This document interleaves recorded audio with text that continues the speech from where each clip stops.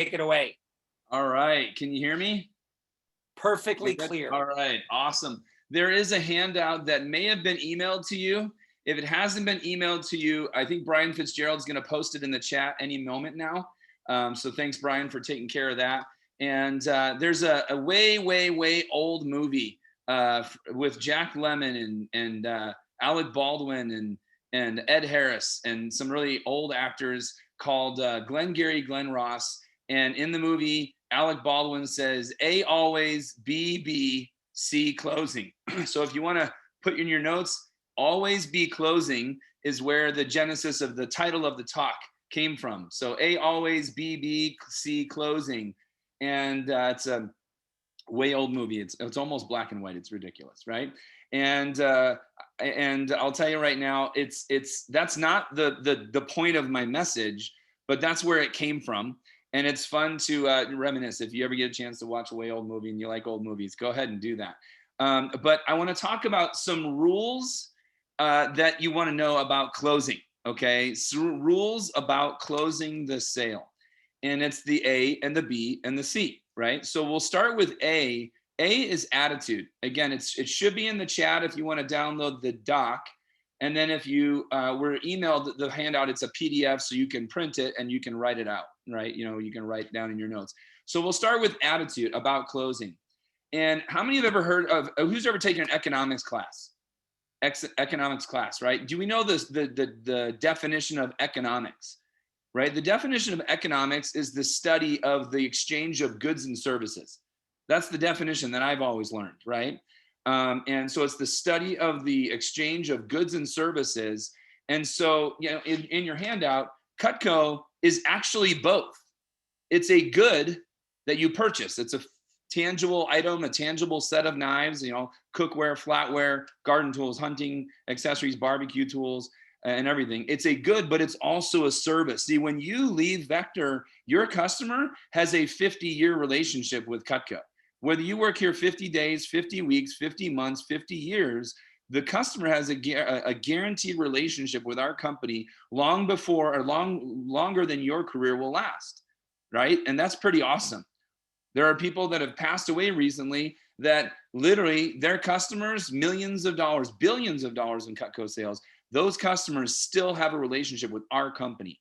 And I think that's really important. Cutco is a good and a service. So when you're selling Cutco and you're thinking, am I closing the sale? Am I doing something bad? You need to think, I'm doing something that's for them, a service to them for the rest of their lives. So since Cutco is both a good and a service, then closing is a service.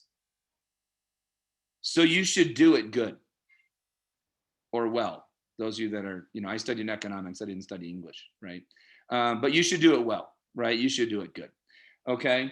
And the thing that you must remember, and you already know this, it's in your demo, it's on page 1, right? Cutco is awesome. It's such an amazing product. And if you've gotten your Fast Start prizes, if you own Cutco, if your parents have owned Cutco and you have Cutco in your home, I see behind John, you've got a big set of knives there. You got the black, white, and red, you know, set of knives there. That's awesome. And you know, Cutco's amazing. Just holding it, right? The feel appeal of Cutco, the cutting ability of Cutco, the guarantee of Cutco. Those are 3 features: the handle, the edge, and the guarantee that make Cutco amazing. Right? And you have to remember that, and you're doing a service for your customers. And I'm going to break a cardinal rule of PowerPoint or Keynote that you should never put all these words on a slide. But since we're using a handout, and some of us have selective listening, including all of my kids, and I have selective listening too, by the way. Okay. So I'm going to put the answers somewhat on the screen as much as I can. Okay, guys? So first of all, money, again, this is economics 101 here. Money is a medium of exchange. The only purpose money serves is to be spent. Whether you're Elon Musk, Warren Buffett, no matter who you are, the only purpose the only purpose money serves is to be spent. And whether it's being saved to be spent later, whether it's being donated to be taken, you know, to take care of victims of a hurricane or a freezing in Texas, or, you know, whatever charity your division is chosen to support. And when we do these conferences, the only reason money exists is to eventually be spent to exchange goods and services, right? It's a medium of exchange. But people are naturally hesitant. They're naturally hesitant to spend money.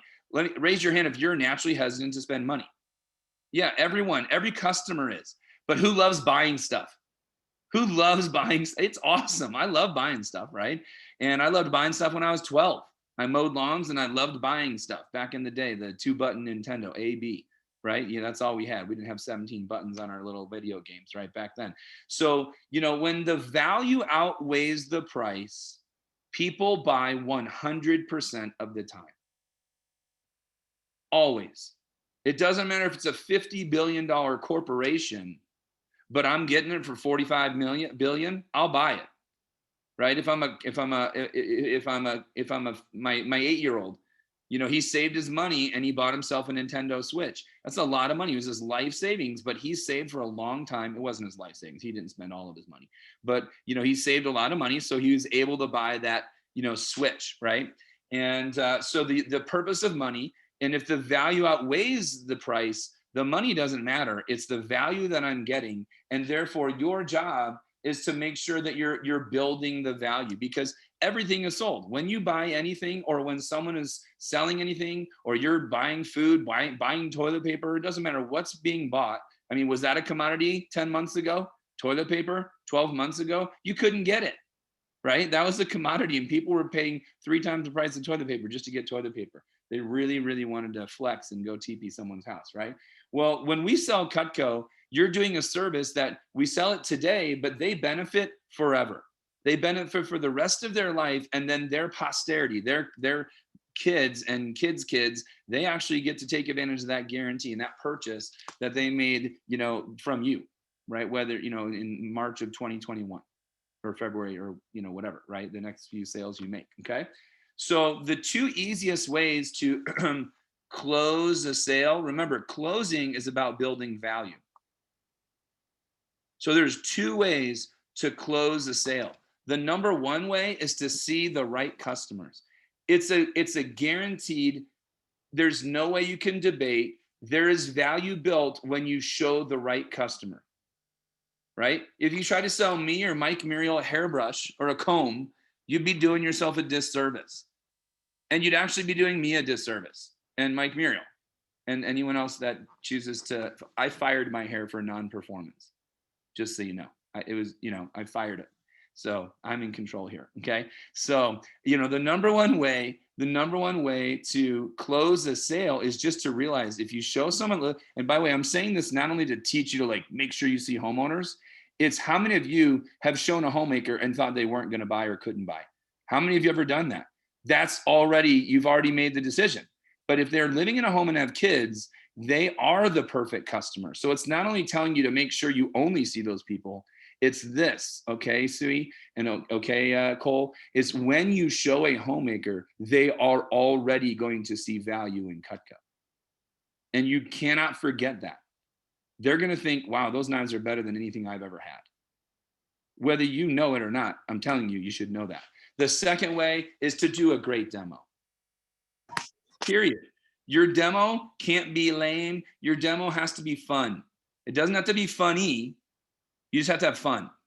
So you can say the silly, dumb jokes because you're seeing boomers and they laugh at funny, dumb jokes. Notice I put the adjective funny in front of that as well, by the way, okay? Because they are funny. I don't care if they're dumb jokes, okay? So, all right, someone called it a dad joke, and I was like, no, it's just a joke. Why you got to call it a dad joke? It's just a joke, okay? But anyway, I don't understand why they thought it was a dad joke. It's just a joke. Okay. Anyway, that's the B, that's the A, the attitude of closing the sale, right? You got to have fun, and you got to, do a good demo, which means read the manual, show the right customers, and have fun in your demos. And you're going to close sales when you have the right attitude that you're helping your customer for the rest of their life. Moving along. Number 2 is belief. B is belief. Show your conviction, right? The question I have for you, Lexi, is would you buy from you? All right, Juliana, would you buy from you? Because if you wouldn't, then you got to work on yourself. You got to work on your demo. Does everyone get that? You can do that though. Welcome to Cutco. You can improve at this job. Raise your hand if you're glad that you can improve at this job, and you get paid to do it, Emily Shaw. You get paid, Sophie, to get better at your job. And that's awesome, right? So when you're doing your demo, one thing that is a lost art is to realize most of their knives are horrible, and you should totally make gross noises when that video plays, or when the picture shows up on the screen of the nasty drawer full of knives and it's mushing that tomato. I would make a noise when that knife is cutting through that nasty tomato and it's mushing all the meat of the tomato. It's disgusting, right? And when you show those junky knife pictures, right? And I want to actually skip this slide, and I want to go ahead and jump into how you can show belief. Couple of things you can do is get the dialogue going. And so let me go ahead and talk about using questions. There's 4 different types of questions, Ashton, when you do a demo, right? The first one is a yes or no question. Do you garden? Do you hunt?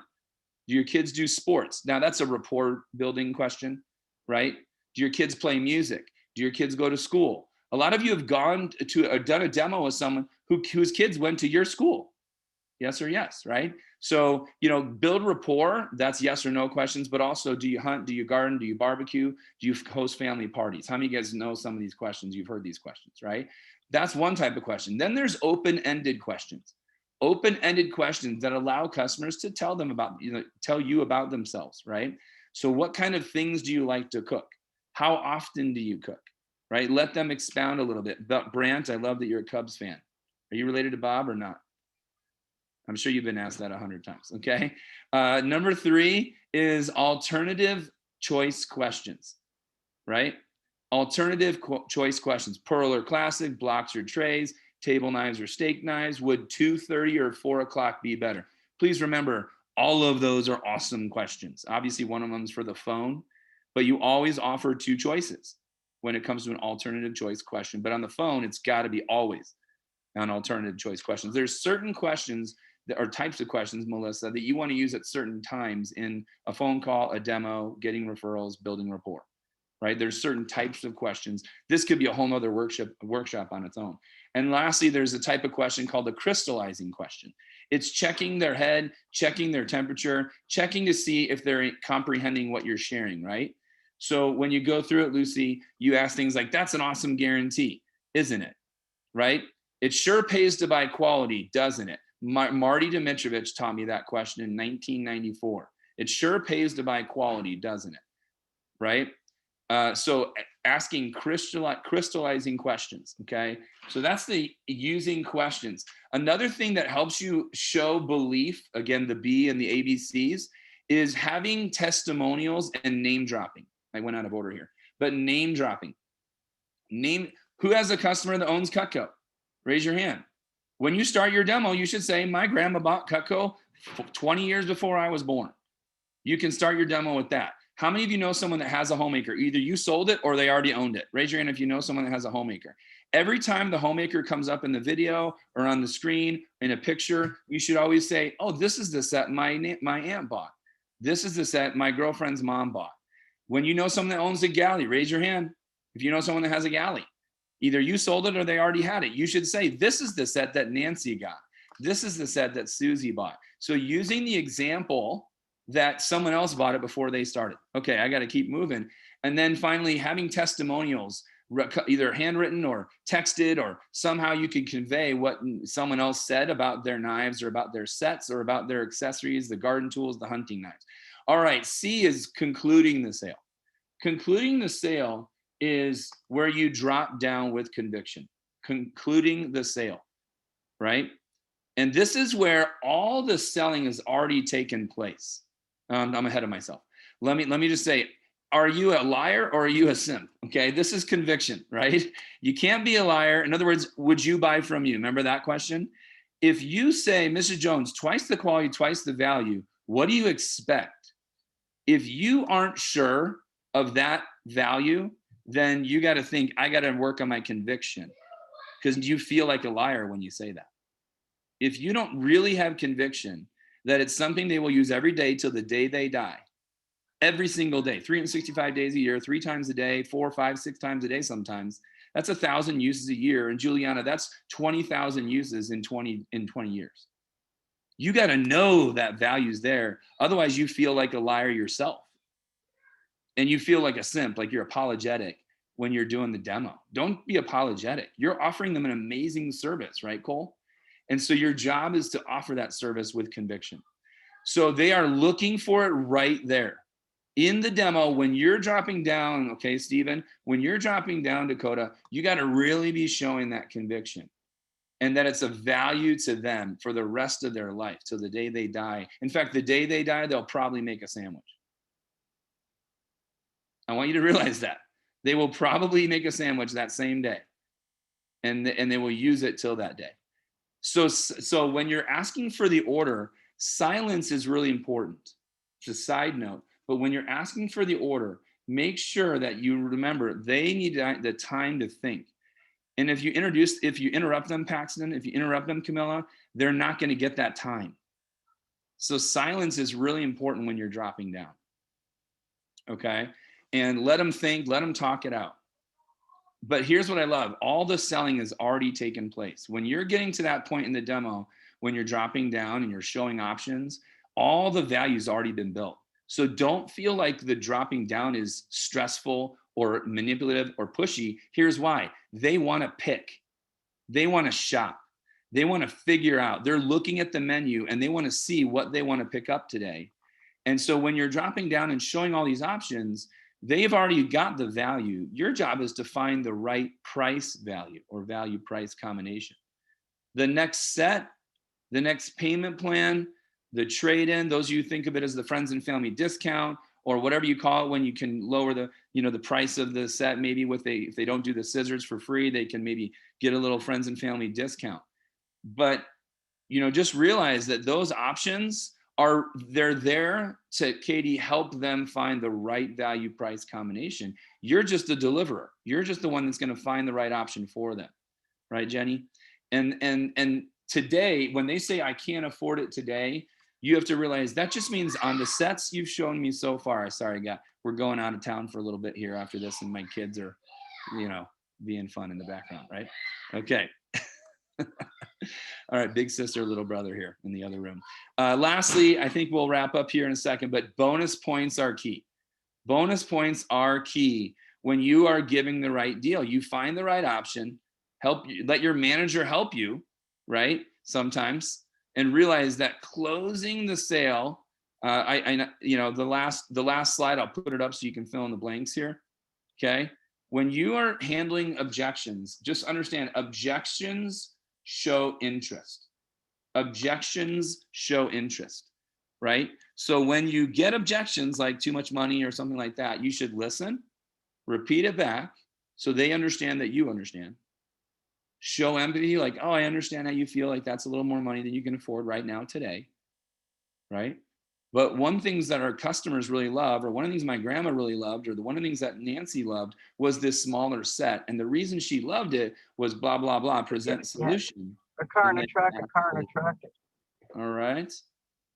Okay, good stuff. I know that we've got, that's about all the things we have time for and there's some stuff in the handout. If you were to hand that handout to your manager or give it to them, I'm sure they could give you 2 or 3 or 4 Champs Clubs, right? I wanted to give you extra info there. And so be at Champs Club, because this is the type of stuff you learn at Champs Club for sure. And thank you so much for the time and the ability that I had to share some thoughts with you on closing the sale. And thanks for your attention. And I'm looking forward to seeing the sales report shoot up.